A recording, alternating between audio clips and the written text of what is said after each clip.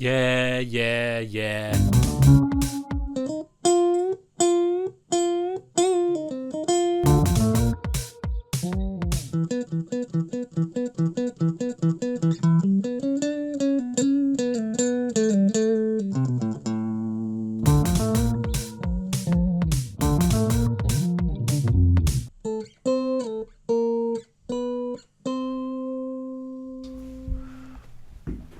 Apparently Darren Locker's just done the whole lot. I know. That wasn't... We didn't know. We planned this months ago. We were first. But yeah, I mean... hello and welcome to In the Court of the Wenton King. We didn't do the Beatles, and I was scared of doing the Beatles. Hallowed ground. Hallowed ground. And it was... I can remember I said it was only Magma and the Beatles that it just...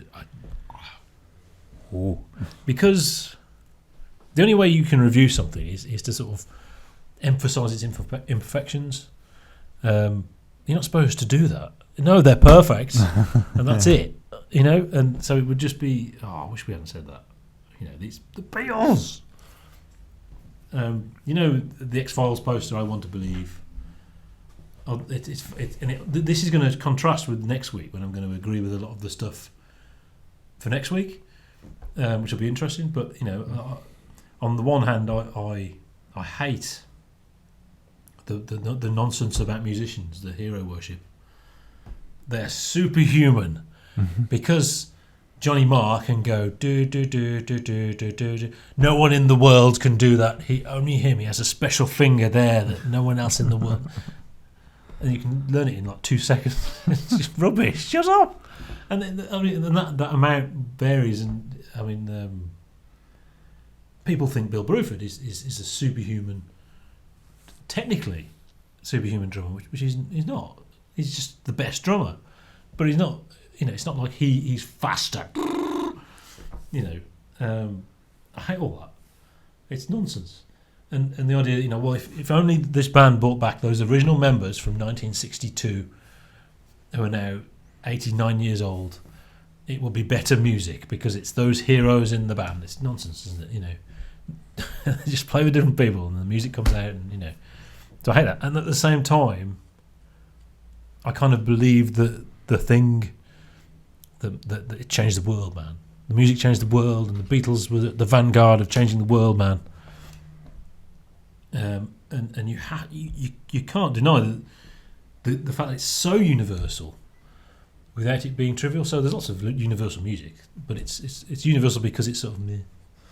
You know, but my 5-year-old son likes the Beatles. He likes All Together Now. You know, he likes Submarine, and he likes Octopus's Garden. And it can also appeal to prog rockers. It can also appeal to indie twats. It can also appeal to 90-year-olds. It can also appeal to housewives or something. It is completely universal, and no other music does that in history. Right, and that's amazing, and it's kind of maybe that's the problem. If you're a prog channel, you're supposed to be prog snobs, aren't you? You're supposed to be elitist, and they wouldn't understand us, sir. And yet this is completely universal and better. It's better and it's universal, and that's amazing. So yeah, what I thought we'd do, rather than trying to review albums one a week, and then we've really got to pick it apart in a way. How do you do that? You know, we're doing 3. As you probably read in the description. If the description actually fit in the description, I don't know. Well, maybe not. Maybe I'll put that in the description underneath, but not in the heading. Mm-hmm. So we're going to do, possibly controversially, okay, I don't think people will expect this, Hard Day's Night, Revolver, and Abbey Road. Okay, those are the 3 albums we are going to talk about now. That's the idea. Yeah. Right, so, Hard Day's Night, 3rd album. I think what's significant about it is this is where they came into their own kind of thing. So you got the first album is very much music of its time. 1963, I think it came out. Please Please Me, and it's good, obviously, but it is of its time, and it's aged very badly. You've got I Saw Her Standing There, and it's fantastic, but that kind of overshadows the rest of the album, really. The second album with the Beatles has really grown on me. It is really good. And it's interesting, they didn't put the singles on the album.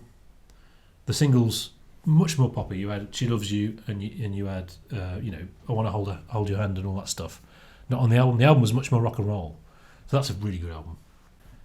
There's some fantastic songs on that, and you can see a transition. But there's also cover versions on those first two albums. There's cover versions on the next album. But the thing about this one is 100% Lennon and McCartney songs. 13 Lennon and McCartney songs. It's early Beatles, Mop Tops, or whatever you want to call it. And it is actually... Well, the first half is a soundtrack. So the second half isn't on the movie. Yeah, and they've actually asterisked the first 7 tracks. But it is early Beatles. Everyone knows what that sounds like. It's rock and roll, very poppy. That melody is in there with rock and roll, so it doesn't have the hard edge of maybe some of the earlier stuff. So it is kind of perfect. And every song is brilliant. Every song is brilliant on there. And it's easy. Like I said, that might be controversial. What albums we've chosen might be controversial because people would think we'd only choose, Rubber Soul and later. You need to do Sgt. Pepper and you need to do the White Album and whatever, But no, I think the 3 we're doing are the best Beatles albums, because it covers everything. Yeah, and this is fantastic. It's only half an hour. It might be 13 songs, but it's only half an hour. Yeah, I mean that may make this sort of review a little less interesting. The fact that we've got the best albums. So I would just imagine our review of the White Album. Yeah, would be quite interesting. Neither of us like the White. And maybe Sgt. Pepper's as well, because it's not flawless. No, we'll get to that though. I think in a bit probably. Yeah. It does encapsulate. I watched A Hard Day's Night over Christmas. I think I'd never seen it before. Oh really? Yeah, and I didn't realise that the old geezer from Steptoe Son in there. He's good, isn't he? Yeah, he's really good. He's very clean. Really good fun. And you sort of get a sense of what the Beatles were about and why they were so popular. They were just good, clean, wholesome fun. Yeah, and the music was really good. Yeah. It wasn't just, it's all right. 4 cheeky chappies making some cool songs. Yeah. And up until that, there have been... my impression is they were sort of trying to ape the American sort of rock bands. Well, it is, yeah. Exactly. And this is sort of like Anglicised, I suppose, a little bit. Yes. This is the Beatles adding their thing to it. Yeah. They are being completely commercial. It is a sellout in that they're almost being subversive. It's a manipulative album, and then they're trying very hard to be commercial. Anyway, obviously later on they wouldn't do that. They would have been sellout man. In 1969 you can't do that. But in 1964, yes you can. Yes. Well, it's streamlined for radio play, isn't it? The songs are incredibly short. It is a short album. It's amazing. I saw 13 songs. Yeah. I thought, oh man, I don't remember this being this long. So I put it on, and before I knew it, I was, I was through it. It's a good album. A good collection of songs.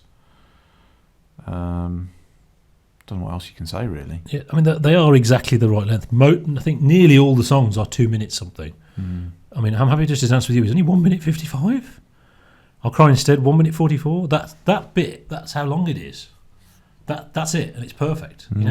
It's interesting actually with solo Paul McCartney. I've been listening to is it called Pure, which is really interesting, and there's really good stuff on that. There is really good solo Paul McCartney, and I realise what he does. He does that same thing, and it's like 2 minutes, 1.5 minutes thing, but in his own stuff, he just does it twice, which is okay. It's good, so do it again. But here, it's just perfection. For me, for someone who likes big epic albums with great themes and 13-minute long songs and stuff like that, paradoxically, my take on the artistic process is taking stuff away. It's taking the most amount of stuff away from a piece of art without it losing something fundamental. So it still fundamentally says what it's got to say, but it's as succinct as possible. It certainly is. And therefore is easier to digest. And that's what the Beatles did, really. Yeah. Quite often they say, try writing a sort, they say epic songs are easy to write, or that's the common wisdom. Which is Mark Rutherford is responsible for that, but he's being disingenuous. It's not. What he means is it's really hard to write a pop song. Yeah. But it doesn't mean Our Supper's Ready was easy. Anyone could do that. Anyone could do that.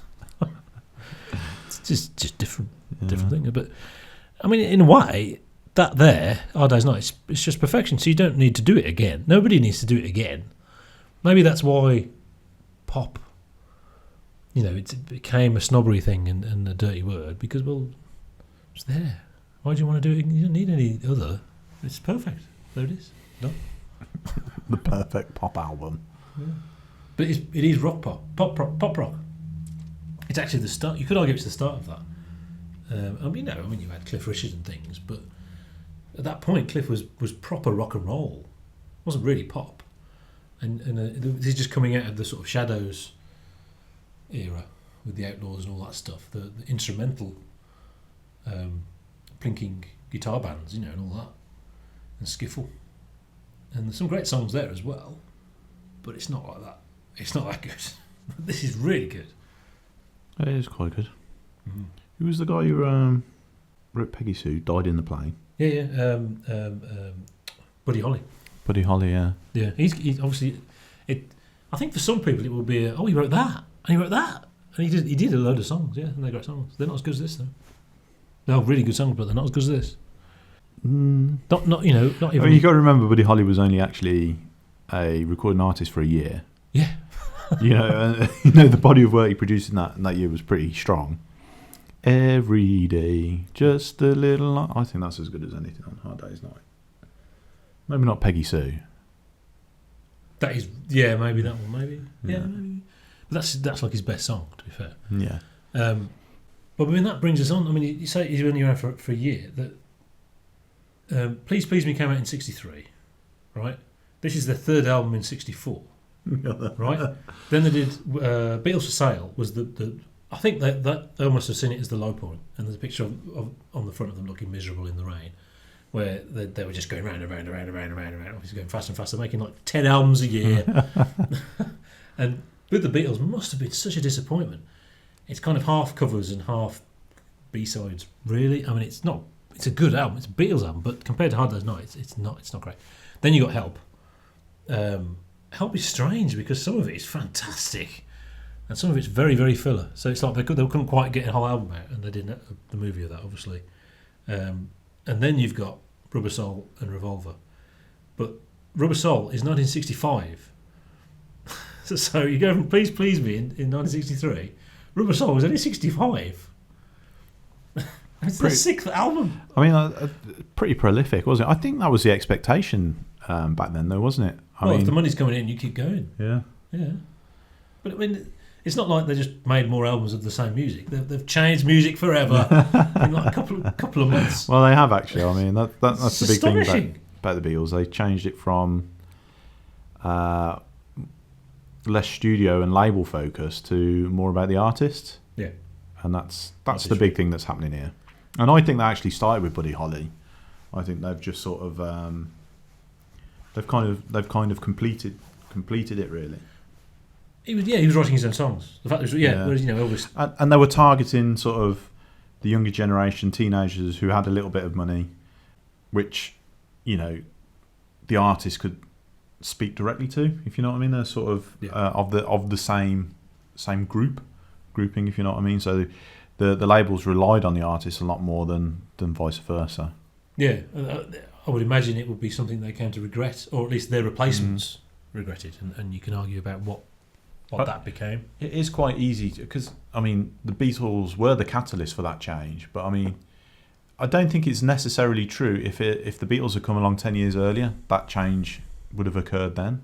It is a sort of coming together of the situation and changing demographics, a changing sort of people's attitude towards music. Yeah. And it all came together, and it's just the Beatles happened to be there at the time, and and everything happened perfectly. So it's not like they were just kids who were dumped in a recording studio. Okay, kids, play something. Because when they do that, it's terrible, and they have to get other musicians in to play for them. Which we should say did not happen on any actual Beatles recordings. Ringo is on all of them, and we'll talk about Ringo in a bit, I think. there is a story about this jazz drummer guy who's quite famous. I can't remember his name now. Claiming he played on Beatles albums, but what it happened, he got confused. Read up on it. Okay, he didn't play on any actual Beatles albums. So yeah, and I like Rubber Soul. Like 65, I really like Rubber Soul. But obviously the easy way out of talking about it is you can say, well, you go from I Saw Her Standing There and Twist and Shout in 63 to Tomorrow Never Knows in 66. That's quite a movement. That's quite, and they're listening to stuff that's happening, of course. But the Beach Boys didn't do anything like Tomorrow Never Knows, and the Stones certainly didn't, did they? They just wrote some good songs. That movement is in the Beatles, and it's such a short space of time. I mean, like you said, to a certain extent, stuff happened. It's not just them. It's everything coming together, and it's symbolic of the 60s, of social change, changing music, and the 60s is symbolic, really, of the last century. Really, if you talk about 1918 to 2018, the everything that's changed there. That's the best time in human history, etc. And the Beatles are the, you can say, oh look, the Beatles, Yeah, I mean, I think as I think you can get confused to say that the Beatles drove a lot of that. When I think what they were very good at picking up on the zeitgeist, and the way things were moving, and jumping full-blooded into it. Yeah, and you have to remember that they didn't invent the silicon chip, did they? But obviously they did the. I can't remember what it was. It was in the news recently. There's a book coming out of pictures from the place they went to in India with Maharishi. I can't remember his name. Yogi Guy, and they believed it, and then it turned out he was fake, and they were disillusioned with that. And then they went to San Francisco because it's all changing. The world's changing in San Francisco, and they go there. It's just some hippies lying around on drugs. So they were just as cynical. But I suppose for them, you look back and you think, well, what was really important was the music, and that's what they were doing, man. So yeah, Revolver. You got Taxman, you got Eleanor Rigby. Like I said, Tomorrow Never Knows. Good Day Sunshine, And You Burke and Sing, Here, There and Everywhere. I'm Only Sleeping. Wow. The problem is, it was a difficult decision to make. It had to be Revolver because it's got Tomorrow Never Knows on it. If you're doing a prog channel and it's about the Beatles, that's so important. Tomorrow Never Knows is so important. But I prefer Rubber Soul. I'd like Rubber Soul with Tomorrow Never Knows on it. I just prefer. It's got a real crunchy riffiness on Rubber Soul that I really like, and there's a bit more jangly on Revolver. I don't know if they're listening to. It might be too early, but West Coast jangly Birds type music might have come after this. Actually, I'm not sure. Tell me. But there's a bit of that, and there's a couple of songs that I'm a bit on. It's also the trendy one. So if you want to be down with the kids, you have to pretend you prefer that one. It's the cool one. And I watched an Oasis documentary last week because it came on YouTube after watching our own video. The first bit of the video is quite funny, and that's what they were listening to throughout the making of their first album, apparently. Really? Yeah. And you put it in that context, this is amazing. It's a really good album. I mean, listen, Taxman, the guitar solo on Taxman, it might sound a bit pedestrian technically, but that was new. It was 1966. I think it's before Hey Joe, I think, or around the same time as Hey Joe, so brilliant. And it's got Yellow Submarine, which everybody likes. Dr. Robert, we had a doctor at our GPs years ago called Dr. Cochrane, so I used to sing Dr. Cochrane. Yeah, I mean, I always see this as the beginning of the sort of the modern Beatles. Yeah, but although these two go together, you could actually mix and match the songs. Yeah, I was just looking at the songs on there. Norwegian Wood. Yeah, I really like that. Nowhere Man. Yeah, Michelle. I can Drive My Car I Can't Stand because what's his face sang it. Who did? George Michael. Did he? I'm sure he sang it at Live 8 or something like that. Come on, baby. Oh God. Never mind. It's trampled underfoot, isn't it? Yeah. I imagine they heard the original Terraplane Blues and were inspired by that. I'd assume. And In My Life, I'm looking through you. So lyrically, it's not just the mating ritual. We'll talk about it in a minute. I think it might be surprising for a prog channel. That we don't like songs about the mating ritual. We like songs about quote insert John Anderson lyric here. I do like songs about the mating ritual. So that's okay. Which people might be surprised by, and obviously most songs in the world are. It's just the Beatles are very good at it. But I'm looking through you. Obviously, he's existential. And do you remember when we did Michael Jackson and it was Man in the Mirror? I thought that was the same kind of thing. It was quite deep, and it wasn't. It's just about I'm going to do the. But Revolver's got Eleanor Rigby on it, and that is one of my favourite Beatles songs ever. Yeah, I didn't realise it was that early. Actually, strange. Yeah, I'm not actually that au fait with Revolver. I've listened to it a few times, and I sort of it's not as good as. I don't get that from. You see, I think Rubber Soul's more consistent. I actually prefer. I mean, you look at In My Life, If I Needed Someone, Girl, Michelle. Look, I'm looking through you. Nowhere Man, Norwegian Wood. That's really good. I think that it's almost a double album. Rubber Soul and Revolver. That's how people say. Yeah, I'm wondering you could actually merge. Yeah, and I think actually when people say Revolver, they mean Rubber Soul Revolver as a double. Yeah. And actually, well, if it's a double, you can compare it to the White Album, don't you? And it flattens the White Album. But I mean, it is the sort of. I mean, Revolver is the album that sort of most people, modern musicians, would sort of say it started there, man. Yeah. So most good music throughout the 70s, that's where it started, man. Revolution. It's also the same year as Freak Out. Yeah. And Hendrix and etc. etc. Yeah. But yeah, it's still very very rough around the edges. I mean, Annie Burke Can Sing. I've always liked Annie Burke Can Sing. I enjoyed learning the riff as a youth because it's got all those thirds and stuff in it. It's pretty cool. But it's very rough around the edges. The rhythm guitar, jing jing. It's not in time. It's just John Lennon going jing jing jing. Yeah, but only you're worried about that type of thing, Kev. Well, yeah, true. Yeah, but it makes the music generally sound rougher. But what happens next, of course, is the biggest top album, number one, that one, with Sgt. Pepper. But I think we both agree. I don't know, you might be harder on it than me, but I think Sgt. Pepper is fantastic, is very special, was changed everything and all that stuff. It's not a concept album, and that's important in itself. But it goes like that. Yeah. You've got Day in the Life, one of the best pieces of music in the world ever.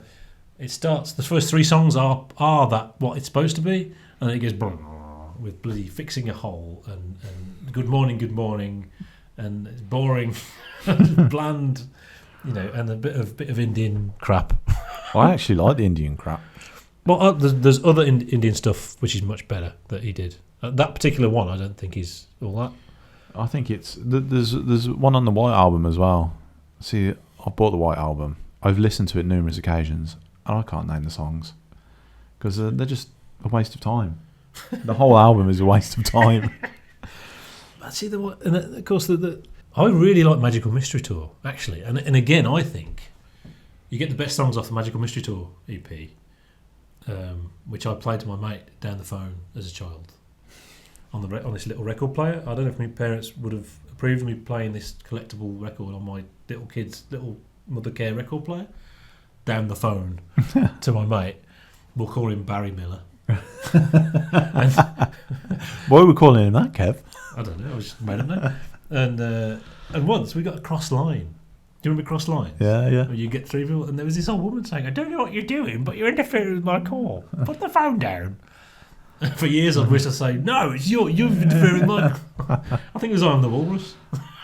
She must have phoned her friend. Hello. It's really Python-esque, isn't it? She sounded like a Python woman, Yeah, so I think the best songs from that, get out the crap out of Sgt. Pepper and put those in, you would have a much better album. Full on the Hill, And then they took a completely different turn. I think reacting to the environment again, and that's what the White Album is, and that's when John Lennon said to George Martin, we don't want any of your production crap. we want to sound crap. And that, I think it's production. That's the problem with the White Album, and it's not George Martin's fault. And that's why then they did Let It Be, and they got Phil Spector to produce it. So it was engineered. I think George Martin was around, but then they got Phil Spector to do it, and that was an error. And if you listen to Let It Be naked, it's really good, and you realise it's muddied by the horrible strings and all that stuff. I mean, you know, A Long and Winding Road with all the strings and stuff is so syrupy, but it is fantastic as is, as it should have been. They should have had George Martin. And my opinion, okay, we're going to talk about Abbey Road, and we both like Abbey Road. I don't know if you've realised this, but I think it isn't just that the songs on that album are better than the other songs at that period. It's also the fact they got George Martin back, and because they knew it was the last one, there was no messing around, you know, and that's the key to it that made the perfect Beatles album. The best album of all time. Yeah. Actually, the best album of all time. Yeah. It's better than Dark Side of the Moon. I knew we were doing that. I was thinking about this in the week, and I've always considered this the best album in the world ever. Yeah. It's a weird way of saying it. And we should say, I mean, not everyone agrees, obviously, because a lot of people, it's a bit of a sort of dark, weird album or something. We came to this conclusion independently, didn't we? Now, I grew up with it. It was just my dad's weird music, and I don't know, at some point, obviously when I started discovering Led Zeppelin and stuff and whatever, and realised this is the most amazing thing ever, but you know, in sixth form I never mentioned Abbey Road to you, and then we didn't see each other for 10 years, and in that period that's when you discovered Abbey Road, wasn't it? Yeah, it was independent, and I had to, you know, there was a battle I had to fight to enjoy this. Goodness me. Because it's my mum likes this album as well, right. And it's actually her. It was my mum who sort of bought the album, and she said, "Listen to it, Sam. You'll like it." And I listened to it, and you know, the usual, nah, it's shit. Auto response came in, but I put it on again and again and again and again and again, and suddenly I realised, nah, this is flipping great. I know every single word. Yeah. Of this, and I can every sound, every note, everything. I can start at track 1, and I won't stop singing until 17. Wow, yeah, 17, the secret track. Was it always listed? Yeah, I think it was always listed. Oh, yeah. Was it? I always considered if it had. I don't know if it had a track list. Well, it must have had a track list. Yeah. Yeah, I think yeah. And it is just perfect. It is perfect. There's just something about it. It's so vivid, you know. So many little stories in there, and just it's everything. It is sort of perfect. Yeah, everything on there is great, and you know, people will be. I think people will be watching and think, but this and this and this. The worst songs on there would be great in other contexts. The weakest bit is Maxwell Silverhammer, Oh Darling, and Octopus's Garden, and they're great. Yeah, they are. You know? Okay. Oh Darling, okay, that invented Aerosmith. It's better than anything Aerosmith ever wrote. It's brilliant. Maxwell Silverhammer is really entertaining and really funny. And again, you really put that on any way. other album. That was on Revolver, it'd be cool, and all the kids with their weird glasses and their coats would think it was great, you know? Maybe...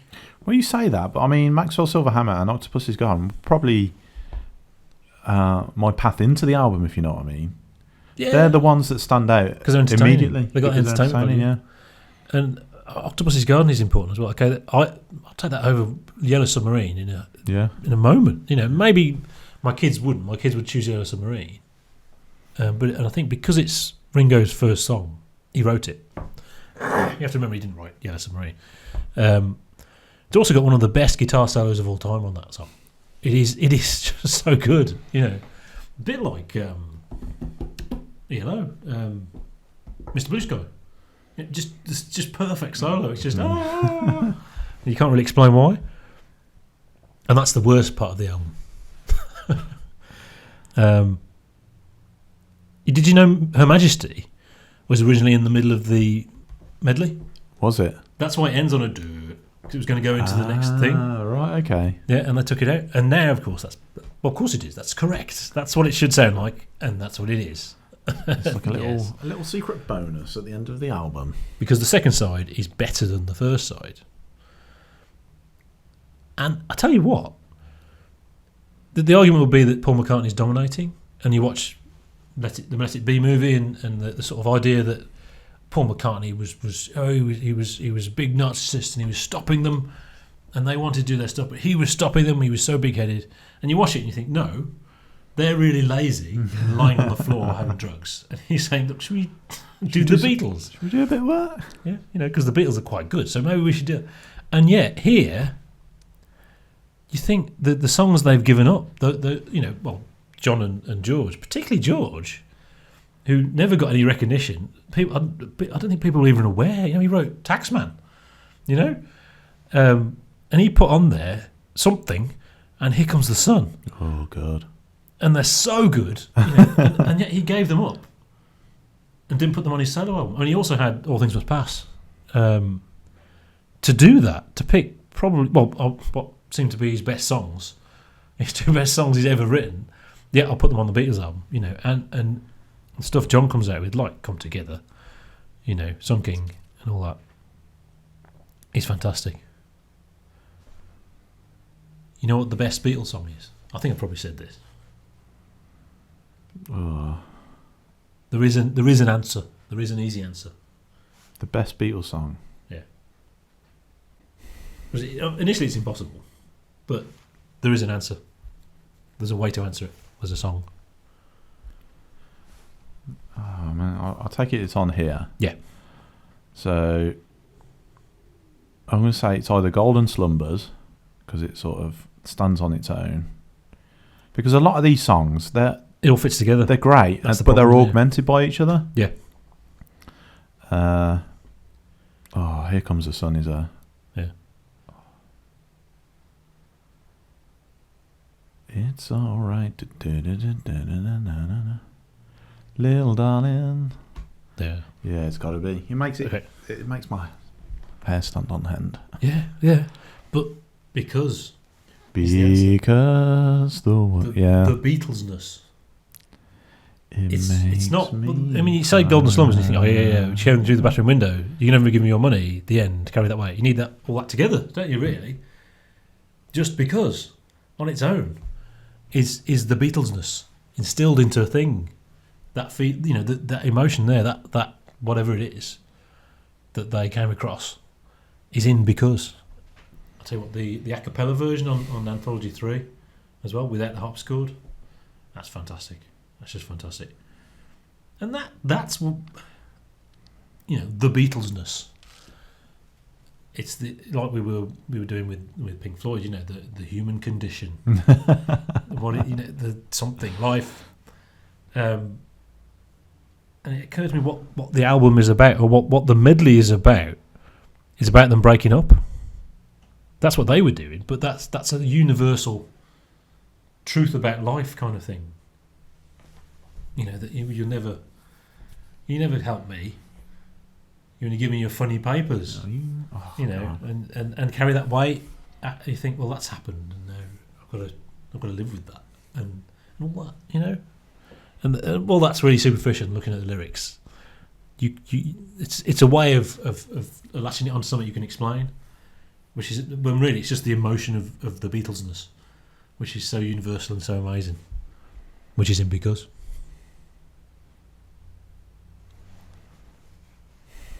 We're going to give it some eggs. Well, that's it. 6 eggs.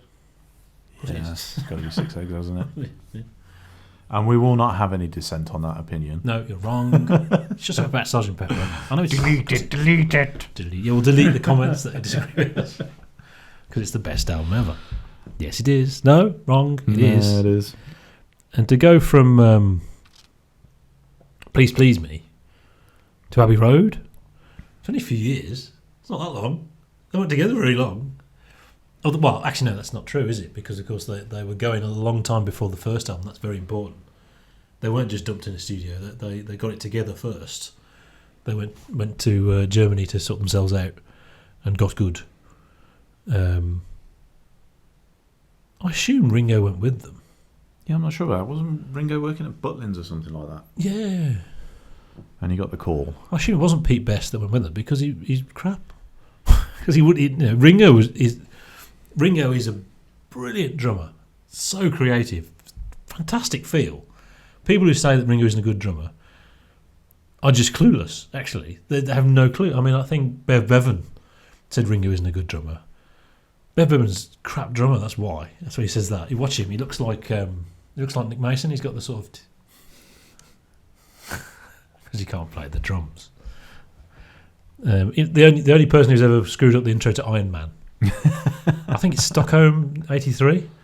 You can't play Iron Man. I can play Iron Man. I can't play the drums. And Tony Iommi can't cope at all. He just goes da da da da da da da da. He just screws it up. Oh god. Yeah. So there you go. We've done the Beatles. We've got out of that now. It's done. Shut up. I can't believe we've actually reviewed Abbey Road. Yep. I don't think we'd ever do it. That's that then. Yep. Thank you very much. That was part 6, 7 of episode 200. Yeah. Episode 200 continues next week. Okay, with the 3 drummers. That's what we're doing next. The 3 drummer biographies. That's what we're doing. So see you next week for the first drummer biography. See you next week.